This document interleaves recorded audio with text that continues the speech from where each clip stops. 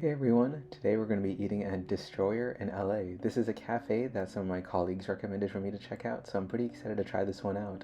Some fun facts about this cafe before we get started. One of my colleagues actually got engaged here, so it was really sweet that I actually found out about this place. I was pretty excited to try it. They also had a ton of really good vegan options and vegetarian options, so that also made it a really nice thing. In the cafe, their menu is actually projected on the wall from a projector, so that was really cool. But yeah, this is kind of like a Danish, Norwegian type Scandinavian restaurant or cafe in LA, so Los Angeles in the US. So pretty excited to try it, this one. So I ordered a ton of food. So we're going to be kind of walking through all of it. They had pastries, actual food, salads, desserts, coffees, lattes. So I ended up getting a lot of stuff.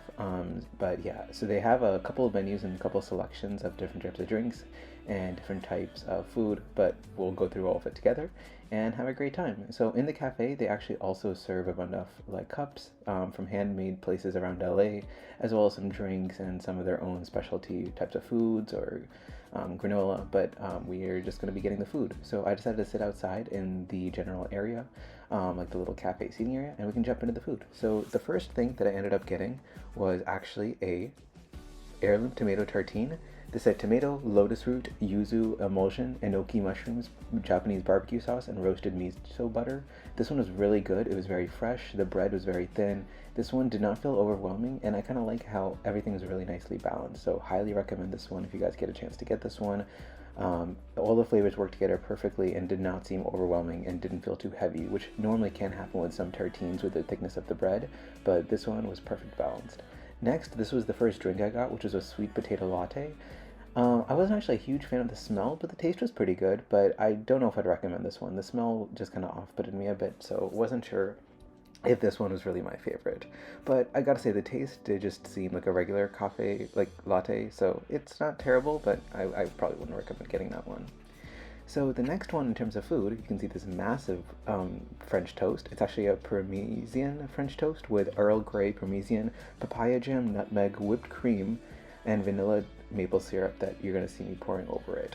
Now, as you can tell, that is a very thick piece of bread, and you can kind of see the beautiful fruit there at the top. They were really so sweet. They were really nice, and then the whipped cream that they had went really well with everything because the bread itself was kind of like plain, but the fruit and then kind of the acidity of kind of the actually the fruit itself and the papaya jam all work together really well. So this is kind of like the first, I guess you can say, course of the meals that I decided to get and try out some of this food.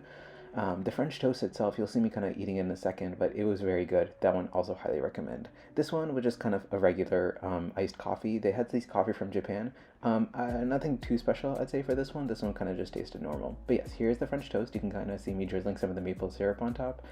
This one was very good.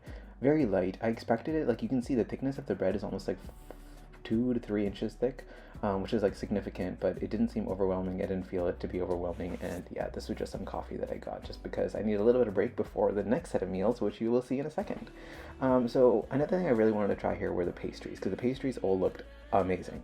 So this is the first one. This is a parsnip spice cake with vanilla fresh cream topped with seasonal fruit and elderflower syrup. This one is very good. At the bottom, which is a nice spicy loaf, and then on top, but like spicy meaning like herb spices, but not like actual spicy. And then they had just some seasonal parmesan on top. Now, the next one is actually a dark chocolate espresso bar with buttery shortbread, 72% dark chocolate, hazelnut, and espresso. This one was very good, but very thick.